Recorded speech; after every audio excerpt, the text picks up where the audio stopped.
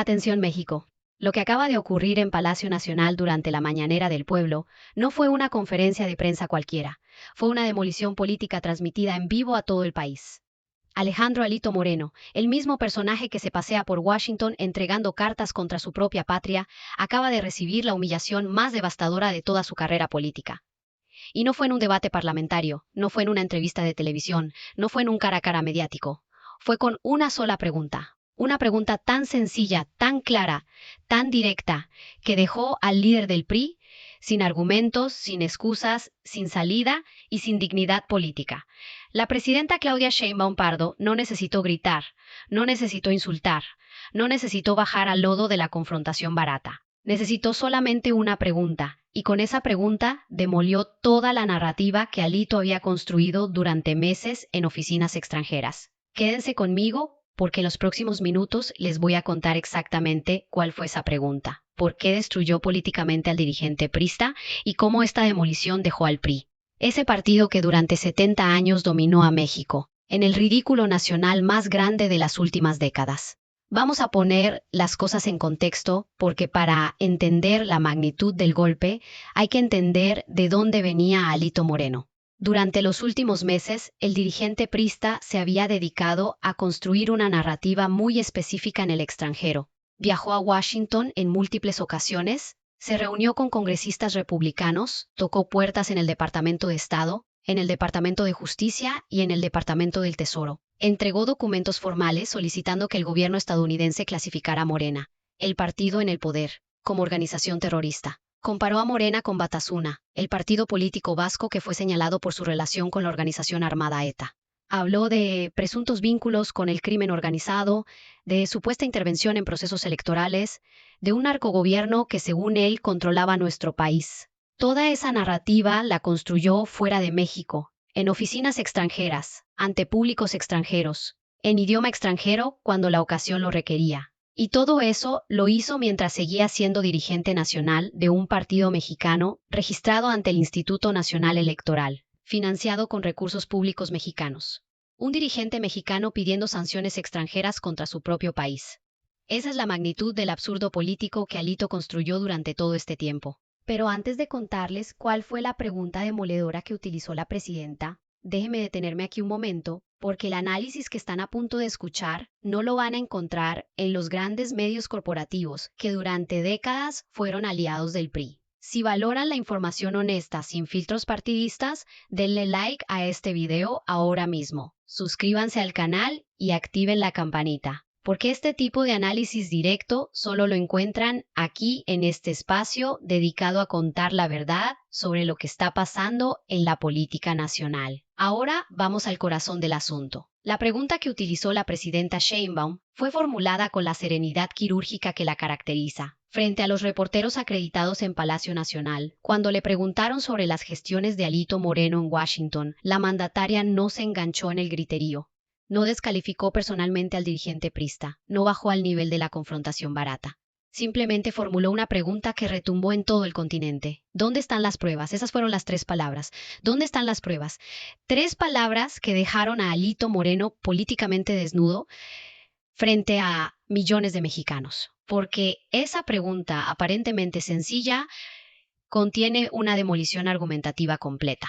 Si Alito Moreno viajó a Washington acusando a Morena de vínculos con el crimen organizado, tiene que tener pruebas. Si comparó a Morena con Batasuna, tiene que tener pruebas. Si habló de presunta intervención del crimen organizado en procesos electorales, tiene que tener pruebas. Si utilizó la palabra terrorismo, la más grave del vocabulario jurídico internacional, tiene que tener pruebas. Y esas pruebas, precisamente esas pruebas, son las que nunca ha presentado públicamente. Ni ante la Fiscalía General de la República, ni ante el Instituto Nacional Electoral, ni ante los tribunales mexicanos, ni ante ningún organismo internacional que pudiera darle credibilidad procesal. Solamente entregó cartas en oficinas extranjeras. Solamente publicó comunicados en redes sociales. Solamente dio entrevistas en programas de televisión estadounidenses. Pero pruebas concretas, documentos verificables, evidencia procesalmente sólida. Cero. Absolutamente cero. Esa es la revelación demoledora que la pregunta de la presidenta puso en evidencia frente a todo el país. Y aquí viene el elemento que multiplicó la humillación del dirigente priista. La presidenta no solamente formuló la pregunta, sino que la contextualizó con una precisión histórica que dejó a Alito Moreno sin ningún tipo de refugio argumentativo. Recordó ante los reporteros que en México sí ha habido casos reales y documentados de funcionarios coludidos con la delincuencia organizada. Mencionó el caso del exsecretario de Seguridad Genaro García Luna, un caso donde sí hubo evidencia, donde sí hubo procesos judiciales, donde sí hubo pruebas presentadas ante tribunales estadounidenses que resultaron en condenas efectivas. Y la comparación fue letal. En ese caso, funcionario del gobierno panista, hay pruebas, hay expediente, hay condena.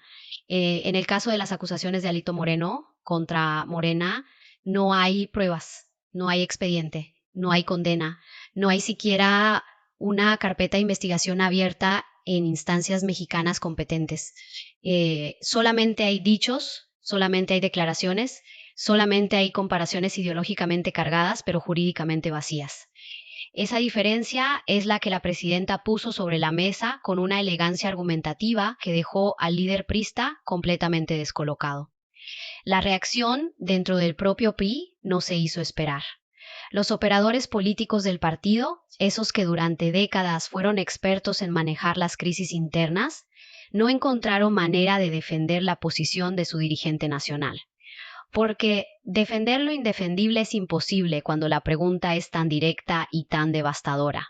Los legisladores priistas empezaron a distanciarse silenciosamente de las gestiones de Alito Moreno en Washington. Los gobernadores del partido, esos pocos que quedan en pie después de las derrotas electorales sucesivas, evitaron los micrófonos que les preguntaban sobre el tema. Los intelectuales orgánicos del prismo, esos comunicadores que durante décadas defendieron cada decisión del partido tricolor, se refugiaron en el silencio incómodo o en la evasión temática. Nadie, absolutamente nadie dentro del PRI, salió a decir públicamente que Alito Moreno había hecho bien en viajar a Washington a pedir sanciones extranjeras contra su propia patria, porque hasta los operadores más leales entendieron que esa posición era políticamente insostenible ante el juicio del electorado mexicano. Y mientras el PRI se desmoronaba internamente por la humillación pública, otros medios de comunicación empezaron a describir la situación con palabras que multiplicaron el impacto político. Excelsior, en su columna Frentes Políticos, utilizó una palabra muy específica para calificar la conducta del dirigente priista: entreguismo. Entreguismo, esa palabra tan pesada en la historia política mexicana, esa palabra que evoca a los peores momentos de la sumisión ante potencias extranjeras. Esa palabra fue utilizada para describir el comportamiento del líder nacional del PRI, y la columna remató con una observación demoledora que sintetizó políticamente lo ocurrido. El intento de Alito Moreno por golpear a Morena desde el extranjero terminó alimentando el discurso patriótico de Palacio Nacional. Esa es la ironía política más brutal que puede sufrir un dirigente partidista: querer dañar al adversario y terminar fortaleciéndolo, querer manchar al gobierno y terminar limpiándolo, querer poner al partido en el poder bajo sospecha internacional y terminar poniéndose a sí mismo bajo sospecha nacional como alguien dispuesto a pedir intervención extranjera contra su propio país. Pero la humillación no terminó ahí, porque la presidenta Sheinbaum tenía preparadas más municiones argumentativas para aquella conferencia matutina histórica. Después de formular la pregunta demoledora, la mandataria procedió a presentar las cifras objetivas de su estrategia de seguridad.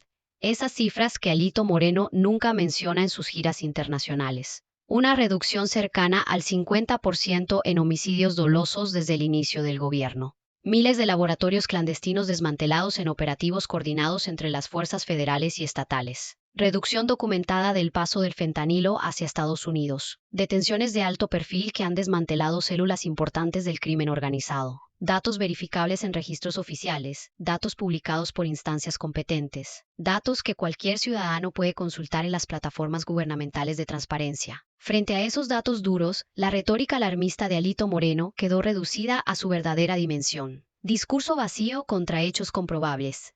Alarmismo contra resultados. Ideología contra estrategia. En cada uno de esos contrastes, el líder priista salió perdiendo con una diferencia brutal. Y aquí viene la dimensión geopolítica del golpe, porque la humillación de Alito Moreno no ocurrió en un vacío político, sino en un contexto internacional específico, que amplificó el daño para el PRI. Mientras el dirigente priista viajaba por los pasillos del Capitolio estadounidense buscando sanciones contra Morena, la presidenta Sheinbaum estaba sentada en la misma capital, pero en las oficinas oficiales. recibiendo el reconocimiento del secretario de Estado Marco Rubio por la cooperación de México en la lucha contra la delincuencia organizada. Ese contraste es la síntesis perfecta de lo ocurrido. Un dirigente partidista mexicano tocando puertas informales para pedir sanciones contra su país, mientras la presidenta de México se sentaba a la mesa formal con el funcionario más importante de la diplomacia estadounidense defendiendo los principios de soberanía. Uno pidiendo intervención, la otra defendiendo dignidad. Uno buscando la humillación de su país, la otra construyendo el respeto internacional. Ese contraste no se olvida fácilmente en la memoria política nacional. Ese contraste se convierte en argumento electoral permanente contra el PRI de Alito Moreno.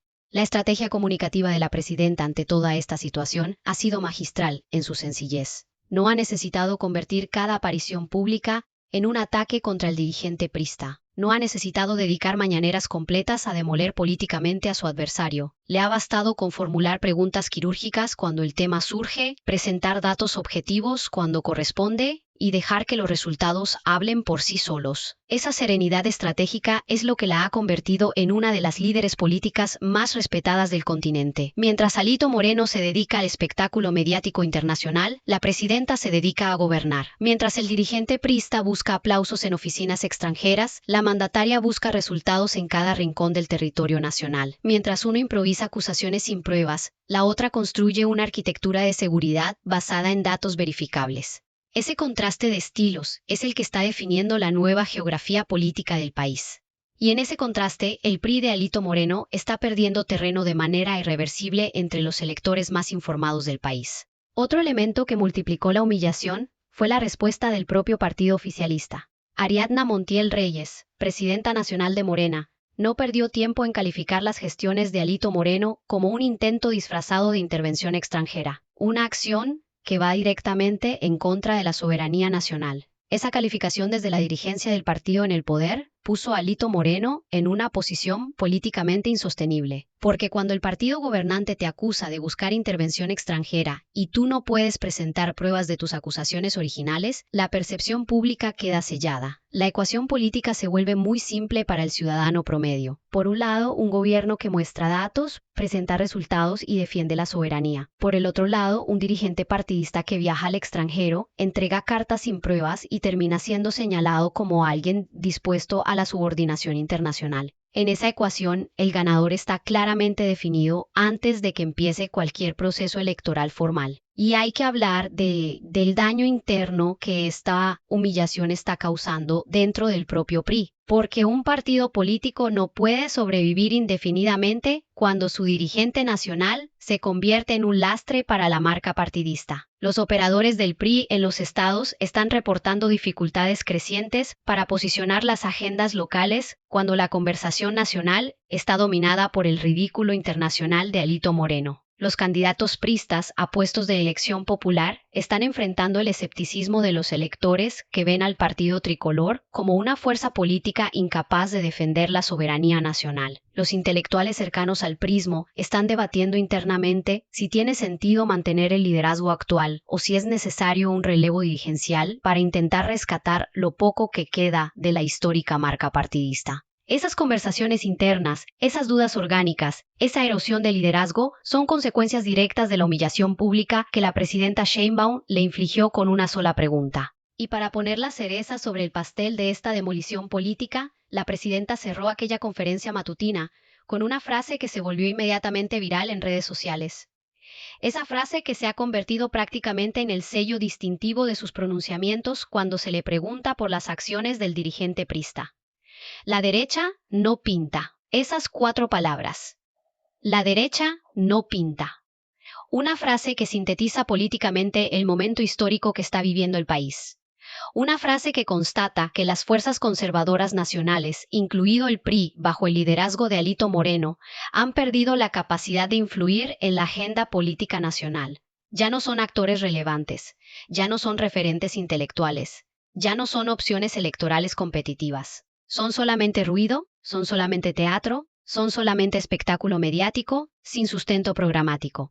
Esa frase, apenas 4 palabras, contiene un diagnóstico político devastador. Y ese diagnóstico, hay que decirlo con claridad, es compartido por la mayoría del electorado mexicano, según todas las encuestas serias que se han publicado en los últimos meses. La lección que esta humillación deja para la política nacional es muy simple pero profundamente reveladora. En el México del siglo XXI, la soberanía no es un discurso vacío, sino un valor sagrado que los electores defienden con su voto.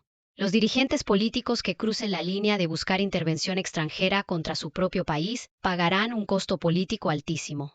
Los partidos que permitan ese tipo de conductas en sus dirigencias pagarán un costo electoral aún mayor. Y los gobiernos que defiendan la dignidad nacional con datos, con resultados y con estrategia serán recompensados con la confianza ciudadana. Eso es lo que está ocurriendo en México en este momento histórico. La presidenta Sheinbaum representa el modelo de defensa soberana con inteligencia estratégica. Alito Moreno representa el modelo del entreguismo político sin sustento argumentativo. Y entre esos dos modelos, el electorado mexicano ya eligió con contundencia inequívoca. Seguiremos informando cada movimiento de esta crisis política, porque la humillación del dirigente priista no es un episodio aislado, sino el síntoma de una transformación profunda en la cultura política nacional. Aquí estamos de pie, defendiendo con datos la dignidad de nuestra patria, demostrando que la verdadera fuerza política no se construye entregando cartas en oficinas extranjeras, sino trabajando desde Palacio Nacional por el bienestar de los millones de mexicanos que confían en el rumbo actual del país.